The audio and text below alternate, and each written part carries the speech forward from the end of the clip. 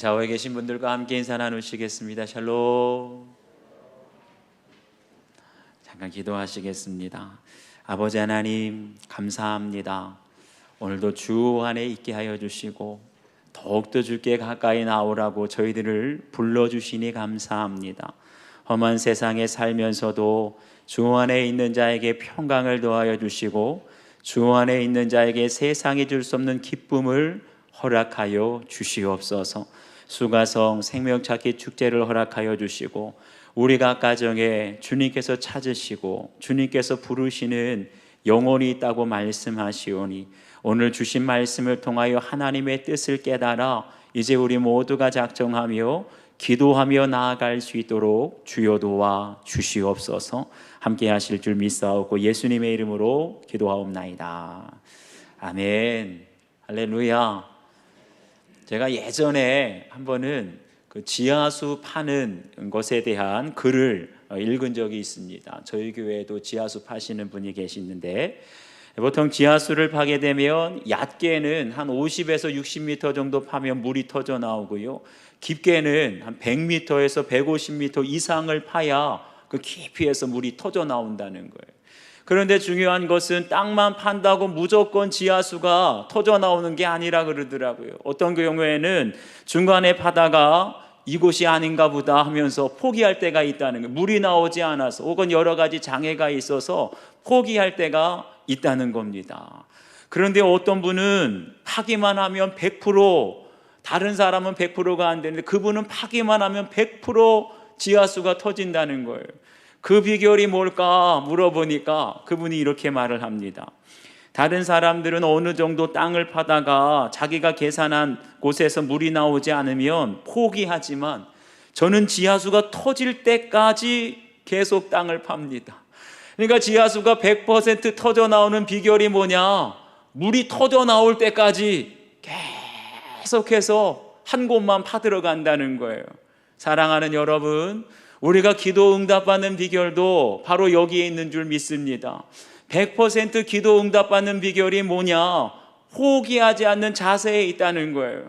우리가 마치 땅을 파는 것처럼 기도를 주님 앞에 간절히 부르짖게 될 때 오직 믿고 의심하지 아니하며 하나님 앞에 끝까지 기도하게 될 때 100% 응답받는 은혜를 받게 될 줄 믿습니다. 오늘 저에게 주시는 말씀을 통해서 다 받으리라. 우리가 수가성 생명찾기 축제를 하는데 어떻게 하면 우리 가정에 하나님이 찾으시는 영혼들을 다 돌아오게 받을 수 있을까? 그 은혜를 함께 나누도록 하겠습니다. 첫 번째는 먼저 내 안에 내쫓아내고 둘러엎어야 할 것이 있습니다. 우리 12절과 13절을 함께 읽겠습니다. 시작. 예수께서 성전에 들어가사 성전 안에서 매매하는 모든 사람들을 내쫓으시며 돈 바꾸는 사람들의 상과 비둘기 파는 사람들의 의자를 둘러 엎으시고 그들에게 이르시되 기록된 바 내 집은 기도하는 집이라 일컬음을 받으리라 하였거늘 너희는 강도의 소굴을 만드는도다 하시니라. 아멘. 여기 보니까 예수님께서 성전에 들어가셔서 사람들을 내쫓으시고 또 상과 의자를 다 둘러엎으셨다 그랬어요. 여러분 뭐가 느껴지십니까? 지금 예수님께서 화가 많이 나신 거예요. 머리끝까지 화가 나셨는데 예수님께서 이렇게까지 화를 내신 이유가 있다는 겁니다. 말씀을 보면 내 집은 기도하는 집이라 말씀하셨는데 기도하는 집이 되어야 할 성전이 어떻게 바뀌었다고요? 돈을 바꾸고 비둘기를 파는 강도의 소굴로 전락되었기 때문에 예수님이 지금 화를 내고 계시는 거예요. 여러분은 어떻게 기도하는 집이 강도의 소굴로 변질이 되었을까요? 그 당시에 제사장들은 우상 숭배를 강력하게 금지하면서 로마 황제의 얼굴이 새겨진 로마 화폐 데나리온이라고 하는 화폐를 보면 황제의 얼굴이 새겨져 있었어요. 그런데 그것은 성전세를 내지 못하게 하고 대신 성전 안에서 로마 화폐 데나리온을 성전에서 사용하는 세겔로 바꿔주면서 환전을 하면서 거기에서 부당한 이득을 챙긴 겁니다. 그뿐만이 아니라 성전에서 제사를 드리려면 비둘기를 제물로 바쳐야 되는데 가난한 사람들, 멀리서 오는 사람들은 성전 안에서 비둘기를 사야 돼요. 그런데 그 비둘기를 팔면서도 폭리를 취한 겁니다. 그 모든 이익이 누구에게 갔겠어요? 다 제사장들 주머니로 손으로 들어가게 되었습니다. 성전에서 일하는 제사장들이 예배를 드리면서 겉으로는 경건하고 거룩하게 보여지는데 뒤로는 다 온갖 이득을 챙기고, 목회 사역이 돈 버는 수단이 되어서 제사장들, 목회자들이 다 돈이 우상이 되니까 결국 성전에서 일하는 제사장들이 강도가 되고 성전은 그들의 배를 불리는 강도의 소굴이 된 것입니다. 우리가 알아야 될 것이 있어요. 저와 여러분도 강도일 수가 있고 우리가 예배하는 이곳도 강도의 소굴이 될 수 있다는 것을 아셔야 합니다. 가령 다른 사람에게 빚진 돈은 갚지 않고 다른 사람들의 피눈물이 있는 그 빚진 돈으로 나는 건축헌금 하겠다, 선교헌금 하겠다. 여러분, 그걸 하나님이 받으시겠습니까? 그게 바로 강도의 심보입니다. 일주일 동안 가족에게 온갖 폭언과 폭력을 다 행사하고 상처를 줬으면서도 주일날 교회에 나와서는 한 주간도 지켜주셔서 감사합니다. 이게 바로 강도의 소굴이라는 거예요. 교회 밖에서는 온갖 짓, 사기를 치고 불법을 저지르고 남들에게 상처를 주면서도 교회에 와서는 점잖게 정말 진심으로 마음을 찢는 회개도 없이 교회에 있으니 안심이다. 그 모습을 보니까 이게 꼭 회칠한 무덤 같지 않습니까? 그러니 주님께서 보다 못해 화를 내면서 다 둘러 엎으시는 거예요. 고린도전서 3장 16절을 보면 너희가 하나님의 성전인 것과 하나님의 성령이 너희 안에 계시는 것을 알지 못하느냐. 성경은 저희들에게 말씀하십니다. 너희의 몸이, 우리의 몸이 하나님의 성령이 거하시는 성전이라는 거예요. 그러면 곧 우리가 성전이니까 기도하는 집 아닙니까? 그런데 기도하는 집인 우리의 삶에 그렇게 기도하는데 왜 기도의 열매가 없을까요? 그 이유는 다른 것 아니에요. 거룩해야 할 성전인데 내 안에 여전히 더러운 죄악들이 가득 쌓여 있으니까 아무리 기도를 해도 응답받지가 못하는 거예요. 말로는 주여 주여 하면서도 교회만 나가면 주님보다 돈을 더 사랑하고 남들 보이지 않는 곳에서는 악과 음란을 즐기고 여전히 우리의 마음속에는 교만함과 이기심, 미움으로 가득 차 있지 않습니까? 그러한 상태로 아무리 부르짖어도 하나님은 우리의 기도를 응답해 주시지 않는 겁니다. 이렇게 더러워진 성전을 내가 스스로 둘러엎지 못하고 회개하지 못하니까 누가요? 우리 주님이 대신해서 둘러엎으시는 거예요. 때로는 사업하던 회사가 부도 나서 부도로 둘러엎으시고 건강했던 몸이 질병으로 둘러엎어지고 평안했던 가정에 자녀들의 문제로 우리들을 둘러엎으십니다. 왜요? 우리의 죄를 보라고. 한국교회가 오랫동안 거룩한 영향력을 끼치게 해달라고 기도했는데 왜 아직도 이 기도가 응답받지 못하고 세상에서 손가락질 당하고 밟히는 소금이 되었을까요? 그건 다른 것 아니에요. 한국교회가 진정으로 둘러엎어지지 않았기 때문입니다. 한국교회 스스로 둘러엎지 못하고 회개하지 못하니까 이제 하나님께서 강권적으로 코로나를 통해서 둘러엎으시는 거예요. 한국교회가 이 코로나 앞에서 강도의 소굴처럼 얼마나 타락했는지 한국교회의 민낯이 다 드러나고 지금도 둘러엎고 계시지 않습니까? 그러니까 우리가 매일 합심기도를 드리는 것처럼 이 코로나의 때에 한국교회가 철저하게 회개하고 둘러엎고 거룩함을 회복해야 할 줄 믿습니다. 교회만이 문제가 아니에요. 사실은 목회자의 문제예요.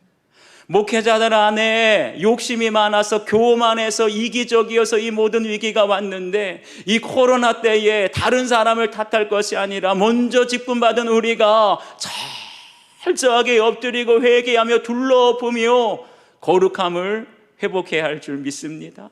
우리가 수가성 가정 생명찾기 축제를 하는데 불신 가족들을 위해서 기도하고 가정의 회복을 위해서 기도하기 전에 여러분 먼저 해야 할 것이 있어요. 불신 가족들이 문제가 아니라, 교회를 떠나간 가족들이 문제가 아니라, 믿는 저희들이 먼저 우리 안에 있는 숨겨진 죄를 철저하게 둘러엎어야 할 줄 믿습니다. 내 안에 여전히 있는 교만함, 내 안에 뼛속까지 배어있는 이기심, 여전히 남아있는 정욕과 혈기와 같은 더러운 것들을 우리가 철저히 둘러엎고 회개하게 될 때, 그럴 때 주님 앞에 드려지는 우리의 모든 기도가 다 받으리라 응답받는 기도가 될 줄 믿습니다. 여러분 한번 적용해 보세요. 가족을 위해 기도하기 전에 먼저 믿는 내가 둘러엎어야 할 나의 숨겨진 죄는 무엇입니까? 내 죄를 철저히 회개한 후에 여러분 기도 응답을 받은 적이 있습니까? 한번 묵상하고 적용해 보시길 바랍니다. 두 번째는 책망이 아니라 고쳐주고 받아주어야 할 사람들입니다. 우리 14절부터 16절까지를 함께 읽겠습니다. 시작. 맹인과 저는 자들이 성전에서 예수께 나아오매 고쳐주시니 대제사장들과 서기관들이 예수께서 하시는 이상한 일과 또 성전에서 소리질러 호산나 다윗의 자손이여 하는 어린이들을 보고 노하여 예수께 말하되 그들이 하는 말을 듣느냐. 예수께서 이르시되 그렇다. 어린아이와 젖먹이들의 입에서 나오는 찬미를 온전하게 하셨나이다 함을 너희가 읽어본 일이 없느냐 하시고. 아멘. 여기 보면 맹인과 저는 자들이 성전에서 예수께 나오매 고쳐주셨다라고 그랬어요. 방금 전에 예수님께서 성전에서 매매하는 사람들을 내쫓고, 그리고 거기에서 비둘기를 팔고 돈 바꾸는 사람들의 상과 의자를 다 둘러엎으신 것은 성전의 거룩함을 회복하기 위해서. 이렇게 우리 안에 숨겨져 있는 죄악들을 다 둘러엎고 성전의 거룩함을 회복하게 되면 그때에서야 비로소 우리의 눈이 열립니다. 우리의 마음이 열리게 되면 내 곁에 보이지 않았던 연약한 사람들, 여기 말씀하고 있는 맹인과 저는 자들이 보이기 시작하는 거예요. 내 죄를 둘러엎기 전까지는 우리 가족들이 보이지 않아 나만 보이는 거예요. 그런데 내 죄를 철저하게 회개하게 될 때 내가 귀히 여겨야 할 배우자가 보이고, 지금까지 항상 책망만 했는데 상처 있고 마음의 문이 닫혀져 있는 우리 자녀들의 모습이 보이고, 지금까지는 무관심했는데 내 죄를 둘러엎게 되면 외로우신 부모님, 사랑에 목말라 하는 연로하신 부모님이 보이게 되는 줄 믿습니다. 여러분, 교회가 어떤 곳인가요? 교회는 이렇게 연약한 사람들, 버림받고 상처받은 우리의 가족들을 다 받아주고 그들을 고쳐주는 곳이 바로 교회인 줄 믿습니다. 제가 예전에 목회자 큐티 세미나에 참석했을 때 참 도전받은 것이 한 가지가 있어요. 보통 기성교회들은요, 성도들이 사업을 크게 하다가 부도가 나거나 쫄딱 망하면은 조용히 교회를 떠나갑니다. 멀쩡했던 자녀들이 사고를 치거나 문제가 있게 되면 그 자녀들 때문에 창피하다고 교회를 조용히 떠나갑니다. 남편이 아내가 불륜이나 바람을 피워서 이혼을 하게 됐다, 그러면 어느샌가 소리 소문 없이 조용히 교회를 떠나가요. 그런 구조로 되어 있어요. 그런데 이렇게 교회에서 떠나고 방황하던 사람들이 소문을 듣고 다 모이는 교회가 우리들 교회라는 거예요. 아니, 도대체 다른 교회에서는 다 상처받고 상처를 주며 쫓아내는데 무슨 이유로 그런 사람들이, 교회에서 상처받은 사람들이 다 교회, 우리들 교회로 모이게 될까? 비결이 있었어요. 우리들 교회는 전 교인이 구속사적인 말씀으로 큐티를 하면서 먼저 내 죄를 회개한다는 거예요. 말씀을 통해서 내 죄를 철저하게 둘러엎고 회개하게 되면 다른 교회에서 상처받고 방황하는 사람들을 내치는 것이 아니라, 정죄하는 것이 아니라 그들의 아픔과 슬픔을 공감해주고 체휼해주고, 나도 죄인이요 당신도 죄인이요 함께 위로해주니까 거기서 치유의 역사가 일어나더라는 거예요. 할렐루야. 제가 그 얘기를 들으면서 바로 이거다, 이게 교회의 모습이지. 그래서 제가 우리 교회도 내 죄를 먼저 보는 큐티를 하기 시작한 거예요. 김영재 목사님은 항상 설교할 때마다 이혼하지 마세요, 이혼하지 마세요. 그런데 이혼하는 사람들이 가장 많이 모이는 교회가 우리들 교회. 왜요? 그런 아픔과 상처가 있지만 내 죄를 회개하니까 다 공감해주고 체휼해주는 거예요. 부도나고 망한 사람, 바람 피다가 이혼당한 남편, 가장 많이 오는 교회가 우리들 교회.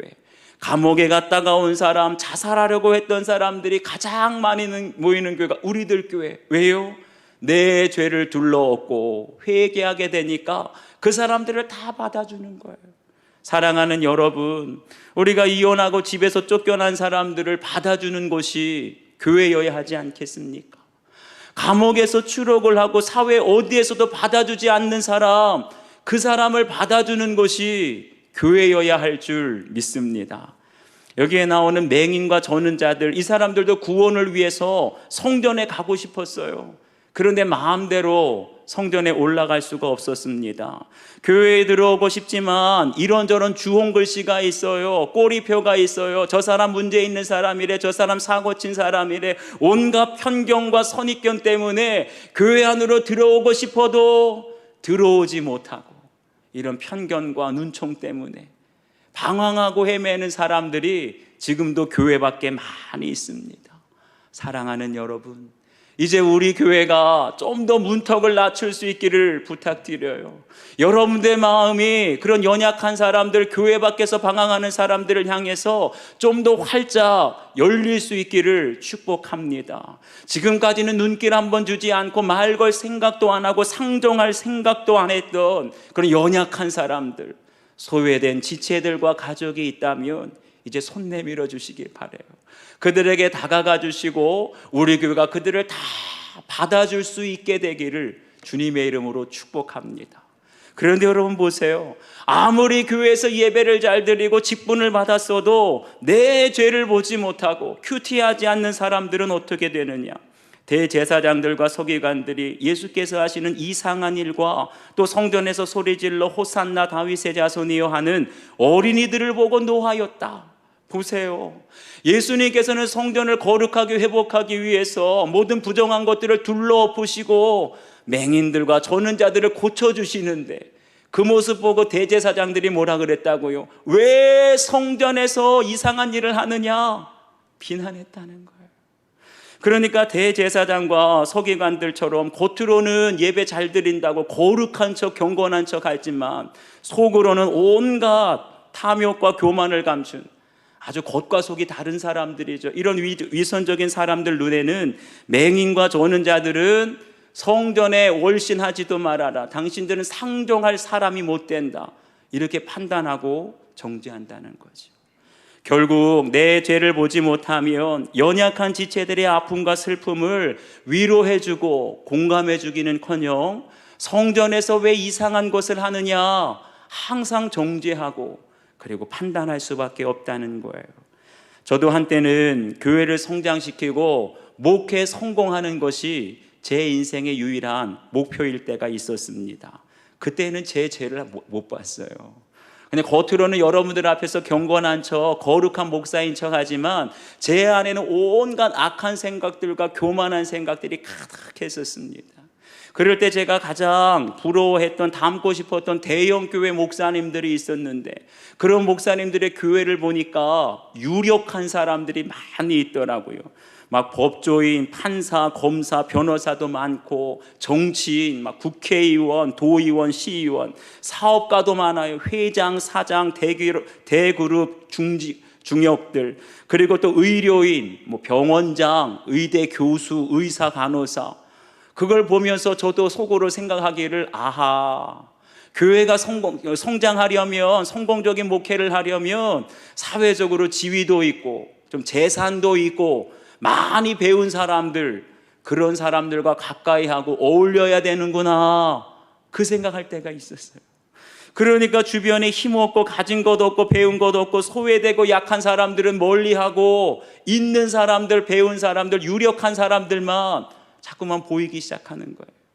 그러다가 제가 큐티를 하기 시작했습니다. 큐티를 하니까 내 안에 있는 욕심과 교만과 죄가 보이기 시작합니다.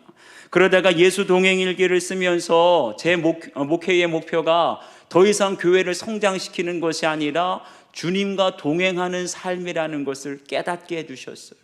이렇게 눈이 열려지게 되니까 예전에는 가진 사람들, 배운 사람들, 높은 지위 있는 사람들만 보였는데 눈이 열려지니까 없는 사람, 배우지 못한 사람, 낮고 천하고 소외된 사람들이 더 크게 보이기 시작하고 바로 그들 안에 주님이 함께 하신다는 것을 깨닫게 해 주신 줄 믿습니다.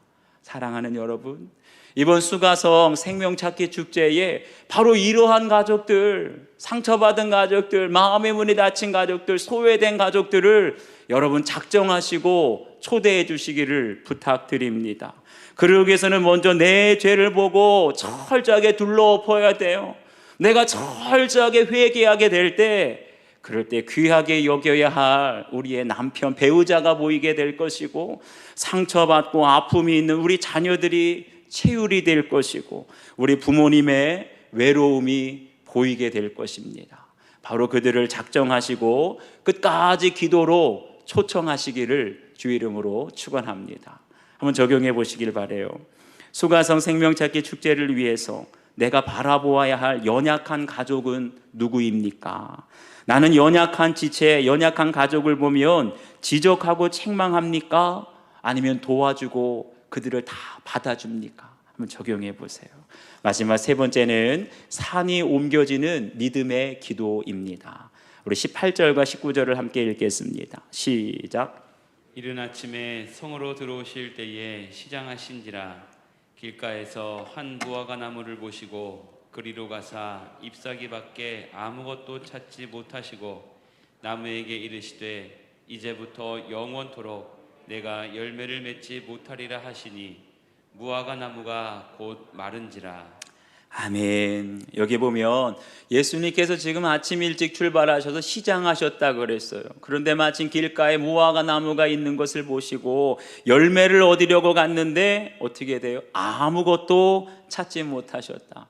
잎사귀가 무성해서 뭔가 있을 줄 알았는데 아무것도 열매를 찾지 못하시고, 그러니까 어떻게 돼요? 나무에게 이르시되 이제부터 영원토록 네가 열매를 맺지 못하리라 하시니 무화과 나무가 곧 마른지라. 어떤 성경학자들은 이렇게 말합니다. 이때는 원래 무화과 나무가 열매를 맺을 때가 아니라는 거예요. 이때가 대략 4월경인데 원래 무화과 나무는 6월경부터 열매를 맺어서 9월 달에 열매를 딴다는 거예요. 이거 예수님께서 모르셨겠습니까? 예수님께서 이거 다 알고 계심에도 불구하고 지금 무화과 열매가 딸 때가 아니라는 건 아심에도 불구하고 열매 없는 무화과 나무를 저주하시니 마르셨어요. 이 기적을 보여주신 주님의 메시지가, 의도가 있다는 거예요. 그게 뭐냐? 바로 무성한 잎사귀보다 열매 맺는 삶이 중요하다고 우리에게 말씀해 주십니다. 다시 말하면 잎사귀는 열매를 맺기 위한 것에 불과하다는 거예요. 주님께서는 우리에게도 열매를 맺으라고 많은 잎사귀를 허락해 주셨습니다. 어떤 사람에게는 건강의 잎사귀, 어떤 사람에게는 재물의 잎사귀, 학벌의 잎사귀, 또 교회 직분의 잎사귀를 주셨어요. 그런데 우리가 명심해야 될 것은 잎사귀가 목적이 아니에요. 재물과 건강과 학벌과 교회 직분이 목적이 아니라 이 모든 잎사귀를 주신 것은 영혼 구원의 열매를 맺으라고 우리에게 허락하신 줄 믿습니다. 그런데 주님 보시기에 건강과 재물과 학벌과 직분의 잎사귀는 무성한데 우리 안에서 영혼 구원의 열매를 찾지 못하면 어떻게 된다고요? 무화과 나무처럼 우리의 잎사귀가 마르게 될 것이다. 재물의 잎사귀, 건강의 잎사귀, 학벌의 잎사귀, 우리가 자랑하는 직분의 잎사귀가 마르게 될 것이다. 이걸 기억하라는 거예요. 그럼 우리는 어떻게 해야 됩니까? 우리 21절과 22절을 함께 읽겠습니다. 시작. 예수께서 대답하여 이르시되 내가 진실로 너희에게 이르노니 만일 너희가 믿음이 있고 의심하지 아니하면 이 무화과 나무에게 된 이런 일만 할 뿐 아니라 이 산더러 들려 바다에 던져지라 하여도 될 것이요 너희가 기도할 때에 무엇이든지 믿고 구하는 것은 다 받으리라 하시니라. 아멘. 보세요. 무화과 나무가 예수님 말 한마디로 즉시로 마르는 것을 보고 제자들이 깜짝 놀라요. 그러니까 그 모습을 보고 주님 말씀하시기를 만일 너희가 믿음이 있고 의심하지 아니하면 이 무화과 나무에게 된 이런 일만 할 뿐 아니라 이 산더러 들려 바다에 던져지라 하여도 될 것이요. 무슨 말이에요? 그러니까 무화과 나무가 마른 것 보고 놀라지 말아라. 그거보다 더 놀라운 일을 보게 되리라. 그게 무엇입니까? 이 산더러 들려 바다에 던져지라 하여도 될 것이요. 아멘. 여러분, 여기서 산이 뭘까요? 여기서 산은 다시 말하면 인간의 힘으로는 도저히 옮길 수 없는, 움직이지 않는 장애물을 가리켜요. 저와 여러분의 가정에도 산처럼 아무리 힘쓰고 애써도 움직일 것 같지 않은 그런 가족들이 있지 않습니까? 수도 없이 기도하고 수도 없이 전도해도 꿈쩍도 하지 않는 그런 가족들이 있어요.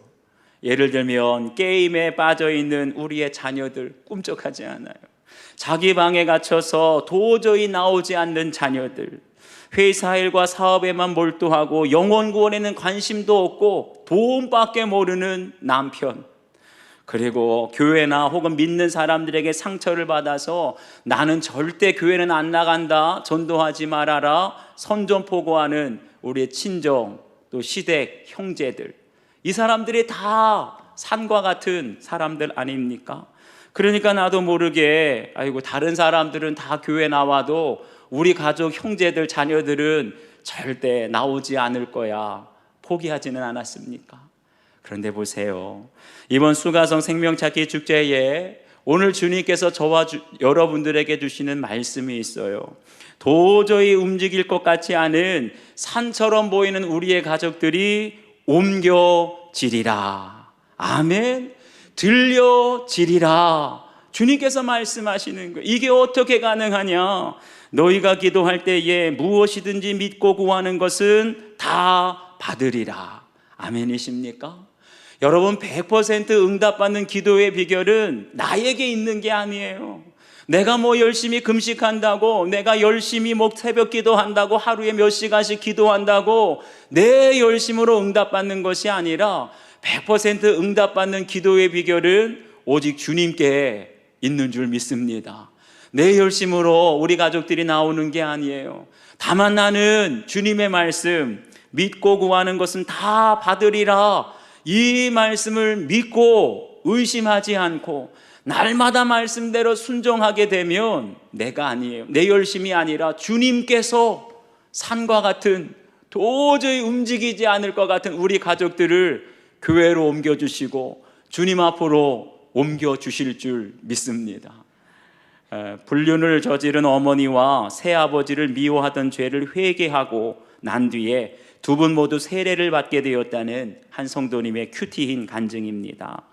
저는 행복한 가정에서 부족함 없이 자라고 싶었는데 3살 때 아버지가 교통사고로 돌아가시면서 그 꿈은 산산조각이 났습니다.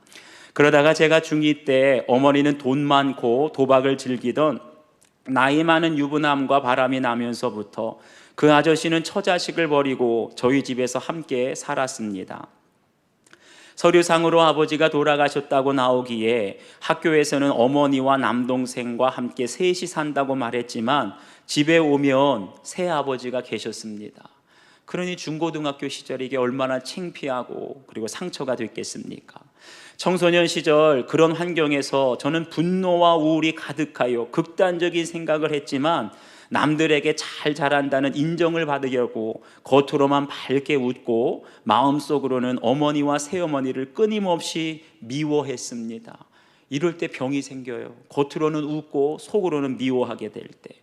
그 결혼하여 아이가 초등학생일 때 교육을 위해 이사하면서 믿음의 공동체로 인도되었습니다. 소그룹 모임에 참석하여 지체들의 진솔한 이야기를 들으면서 저도 그동안 어디서도 말하지 못하던 새아버지 이야기를 하면서 참아온 눈물을 흘렸습니다. 그리고 소그룹 리더의 권면으로 신경정신과에 찾아가서 조울증이라는 진단을 받았는데 제가 다른 사람에게 인정받고자 제 감정을 숨기며 속으로는 미워하고 겉으로는 웃고 감정 조절이 어렵다는 것을 깨닫고 치료를 꾸준히 받게 되었습니다. 이후 소그룹 모임에서 제 감정을 솔직히 눈물로 표현하기 시작했고 약을 복용한 지 7년 만에 조울증이 치료되었습니다. 말씀으로 제 죄를 직면하니 둘러엎은 거지요. 제 죄를 직면하니 불륜을 저질렀던 어머니와 새아버지를 정죄하고 미워한 제 죄악이 더 크다는 것이 깨달아졌습니다. 어머니와 새아버지를 받아들인 거죠. 그래서 회개하며 두 분의 구원을 위해 기도했을 때 두 분 모두 세례를 받고 공동체에 속하는 은혜를 받게 되었습니다. 도저히 용서할 수 없을 것 같은 평생 미워하던 산과 같은 사람이 바로 어머니와 새아버지였지요. 그런데 내 죄를 둘러엎고 나니까 그분들을 위해서 기도하게 되니까 산과 같은 어머니와 새아버지가 교회에 나와서 새로 받게 되는 역사가 나타나게 된 것입니다. 여러분도 한번 적용해 보시기를 바라요. 나에게 영혼 구원의 열매를 맺으라고 주신 잎사귀는 무엇입니까? 건강의 잎사귀가 있습니까? 재물의 잎사귀가 있습니까? 직분의 잎사귀가 있습니까? 이게 자랑이 되면 안 돼. 이것은 열매를 맺기 위한 잎사귀라는 것을 기억하십시오. 우리 가정의 산처럼 도저히 움직이지 않을 것 같은 사람은 누구인지 여러분 각자 묵상해 보시고 적용하시고 오늘 꼭 작정하시고 기도하시기를 부탁드립니다. 기도하시겠습니다. 아버지 하나님, 오늘 우리가 수가성 생명찾기 축제 작정식을 하면서 다 받으리라 이 말씀 주시니 감사합니다. 주님, 저에게도 오랫동안 기도하고 우리 가정에도 오랫동안 전도했지만 산처럼 도저히 움직일 것 같지 않은 그런 가족들이 있습니다.